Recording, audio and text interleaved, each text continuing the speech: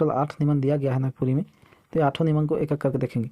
तो चलिए देखते हैं, और बहुत ही अच्छा तरीका से देखेंगे दोस्तों। तो चैनल को अभी तक सब्सक्राइब नहीं किए हैं तो चैनल को सब्सक्राइब कीजिए। जितने भी दोस्त जैसे की तैयारी कर रहे हैं, नागपुरी भाषा लिए हैं, वो सभी दोस्तों के पास चैनल को शेयर कीजिए। तो चलिए 8 निबंध दिया गया है, सभी को एक एक करके देखेंगे। तो आज देखते हैं पहला निबंध को देखते हैं, कवि रत्न शारदा प्रसाद शर्मा के बारे में देखते हैं। तो इनका जीवन परिचय पहले देख लेते हैं, इनको पढ़ना है, 8 निबंध के बारे में पढ़ना है, तो सभी को एक एक करके बहुत ही अच्छे तरीके से समझेंगे।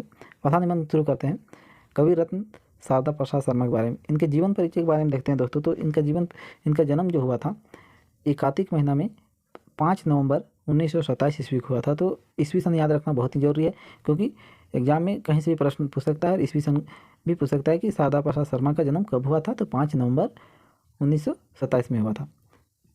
नेक्स्ट आगे चलिए देखते हैं, जन्म कहाँ हुआ था, डुमरी डी गुमला में, डुमर डी गुमला में। इनका जन्म कहाँ हुआ था, डुमर डी गुमला में 5 नवंबर 1927 को। इनका जो निवास स्थान है सहजाना सीसे से गुमला, यानी गुमला में ही पड़ता है सहजाना सीसे, पालकोट रोड में पड़ता है। गुमला को जो रहने वाले दोस्त होंगे वो बहुत ही अच्छे तरीके से जान रहे होंगे। आगे देखते हैं इनका मृत्यु जो होता है दोस्तों ये फरवरी 2012 में होता है। इनके पिता का नाम बाल मुकुंद शर्मा थे, इनके पिता का नाम क्या था, बाल मुकुंद शर्मा। और इनका दो बेटा थे और 2 बेटी थे। बेटा का नाम जो था दोस्तों वो अवनीकांत शर्मा, पहला बेटा का नाम, और दूसरा निशित शर्मा। और वही 2 बेटी का नाम था। ये सब तो नहीं पूछेगा, लेकिन दिया गया है तो डिटेल में पढ़ लेना जरूरी है। एक का नाम था सविता शर्मा और दूसरा का नाम था विद्या शर्मा। इसका शिक्षा के बारे में बात कर लेते हैं। इनकी शिक्षा के बारे में, इनकी प्रारंभिक शिक्षा गुमला में ही संपन्न हुई थी। हाई स्कूल की पढ़ाई इन्होंने गुमला से ही पूरी की थी। इनकी प्रारंभिक शिक्षा कहाँ से शुरू हुई थी, गुमला से ही शुरू हुई थी, और हाई स्कूल की शिक्षा भी गुमला से ही पूरी हुई। इन्होंने बीए की, उनके बाद बीएल पटना कॉलेज से की। तो प्रश्न आ सकता है कि बीएल कौन सा कॉलेज से किए थे, तो पटना कॉलेज से किए थे।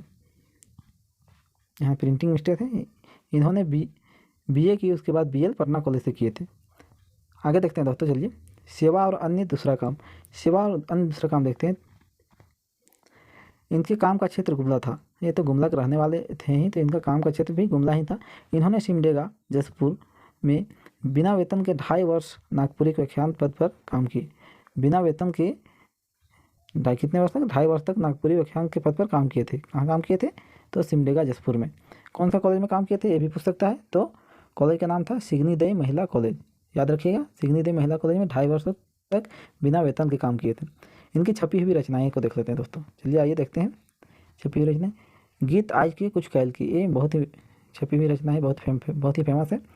खंड काव्य में पिलवी महान, जिसमें ठाकुर साहब का गुणगान को दर्शाया गया है। वही आगे देखते हैं मेघदूत, ये भी इनकी छपी हुई रचनाएं के अंतर्गत आता है। आगे है पता एक कोयनार की, बहुत ही फेमस है, बहुत ही।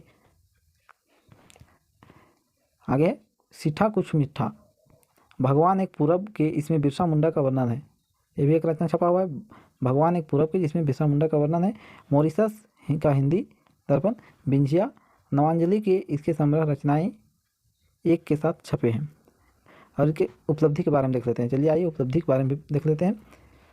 कवि रत्न उपाधि विक्रमशिला विद्यापीठ भागलपुर से 1982 को मिला। इनको कवि रत्न की उपाधि कब मिला था, तो 1982 को मिला था। कहाँ से मिला था, याद रखिएगा, विक्रमशिला विद्यापीठ भागलपुर से मिला था। और इनको ये भी सम्मान मिला था, झारखंड शाश्वत सम्मान की उपाधि भी प्राप्त हुआ था। ये आगे देखते हैं, भाषा एवं साहित्य का सम्मान मिला था।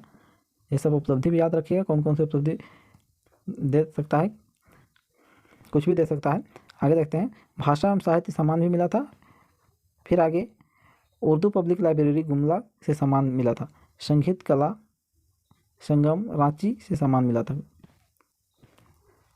आगे देखते हैं काव्यगत विशेषताएं क्या क्या थे इनके, इसको देख लेते हैं। तो आइए देखते हैं, इनके काव्यगत में आधुनिक भाव, बोध और नया जीवन मूल्य के दर्शन देखने को मिलते हैं।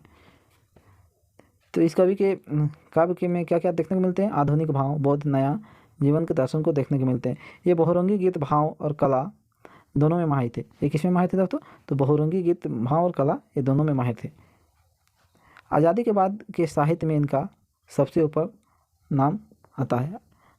तो आज़ादी के बाद के साहित्य में इनका नाम सबसे ऊपर आता है, सबसे गणमान्य कवि के अंतर्गत आते हैं। तो इतना ही है इनका जीवन परिचय।